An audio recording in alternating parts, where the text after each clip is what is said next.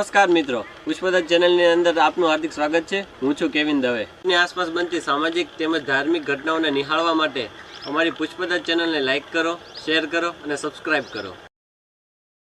પાલિતાણા પ્રધાનમંત્રી પોષણ શક્તિ નિર્માણ યોજના અંતર્ગત કુકિંગ કોમ્પિટિશન કાર્યક્રમ યોજાયો। પાલિતાણા મામલતદાર શ્રી કે.એમ. વાળંદ અને મધ્યાહન ભોજન નાયબ મામલતદાર શ્રી આર.જે. રાઠોડના માર્ગદર્શનથી પાલિતાણા ગાયત્રી મંદિર શાળામાં વાનગી સ્પર્ધાનું આયોજન રાખવામાં આવ્યું।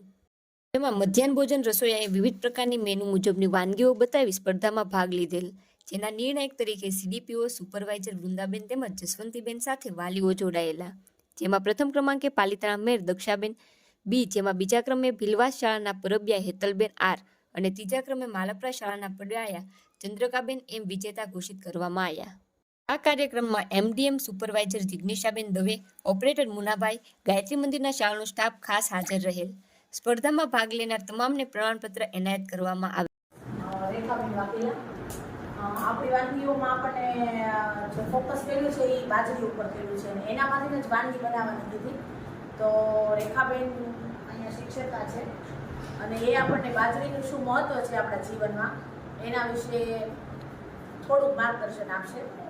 કેન્દ્રવર્તી શાળામાં જ્યારે બધા હરીફીઓ તરીકે ઉપસ્થિત થયા છે ત્યારે સાહેબશ્રી, મામલતદાર સાહેબશ્રી, નાયબ મામલતદાર બેનશ્રી તથા અધિકારીઓ બેનશ્રી અને નિર્ણાયક બેનશ્રી અને અમારો સ્ટાફ, હવે આજે જે આપણે બેન કહે છે કે બાજરીનું જે શું મહત્ત્વ છે અને એની જ વાનગી બનાવીને બધાએ અહીંયા લાવવાની હતી, બરાબર, અને લાઈવ બનાવવાની હતી ટૂંકમાં।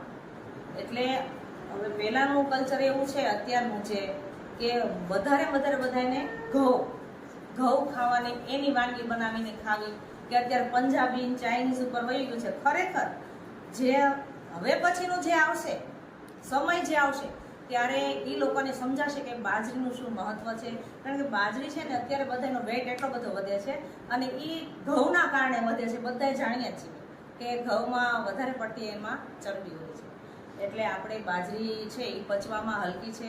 નાના બાળકોને તો બહુ જ સારી બાજરી, જે આપણે એને થૂલી તરીકે, આપણે પહેલાં થૂલી કહેતા, ખબર છે, તો થૂલી બાફીને જ્યારે બાળકોને આપીએ છીએ ને તો પચવામાં એ ખૂબ જ સારી રહે છે। એટલે આપણે આજે બાજરીમાંથી કઈ કઈ વાનગીઓ બને છે એ આપણે શીખવા માટે એની સ્પર્ધાની આપણે હરીફાઈ કરીએ તો બધાને એમ થાય કે હું કંઈક નવું બનાવું અને એમાંથી આપણે નવી રેસીપી જાણીએ, બરાબર। એટલે આજે આપણે એનું મહત્ત્વ જાણશું અને ટેસ્ટ કરી અને પછી કંઈ વધારે સારી લાગે છે એ બધું બનાવવાના પ્રયત્ન કરશું।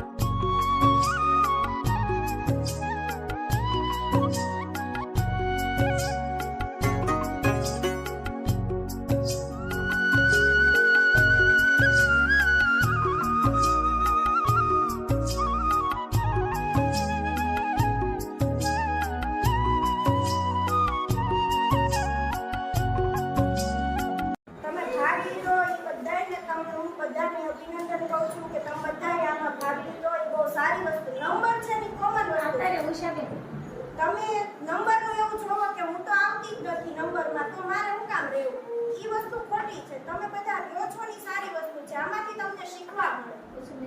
તમે કંઈક શીખો તો તમારો બીજી વાર નંબર આવે. પણ તમે પહેલી જ વાર કંઈ ન કરો, હિંમત હારી જાવ, આપણો ક્યાં નંબર જ આવશે, તો ઈ વસ્તુ કંઈ આપણે બરોબર નથી. પણ બધાએ સરસ બનાવ્યું છે, બધાના માર્ક્સ અમે લખ્યા છે.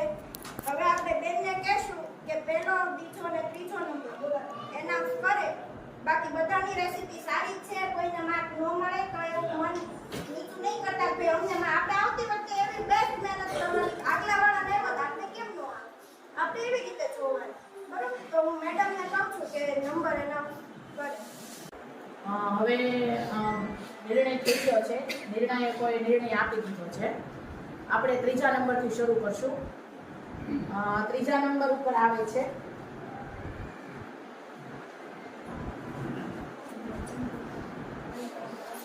માલપરાના જે રસોયા છે તેમણે જુવારના છિલ્લા બનાવ્યા હતા. પડાયા ચંદ્રિકાબેન એમ.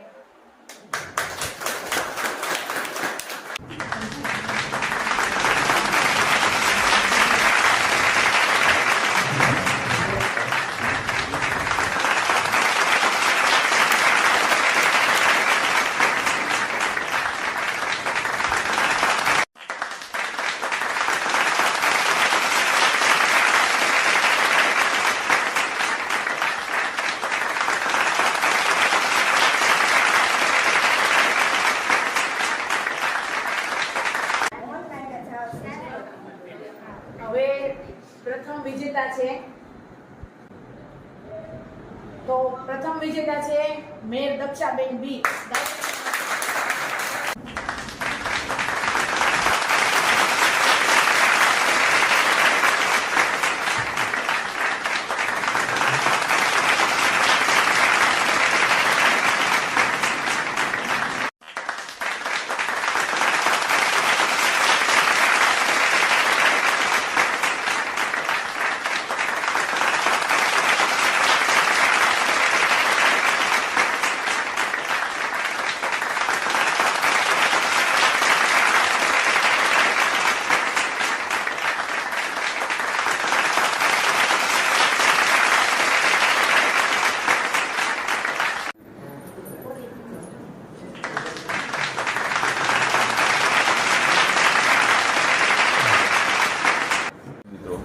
આ પીએમ પોષણ હેઠળની જે આ કુકિંગ કોમ્પિટિશન રાખી એમાં જે બહેનો હાજર રહ્યા તેમને હું શુભેચ્છા પાઠવું છું તથા તેમનો આભાર પણ માનું છું. બસ.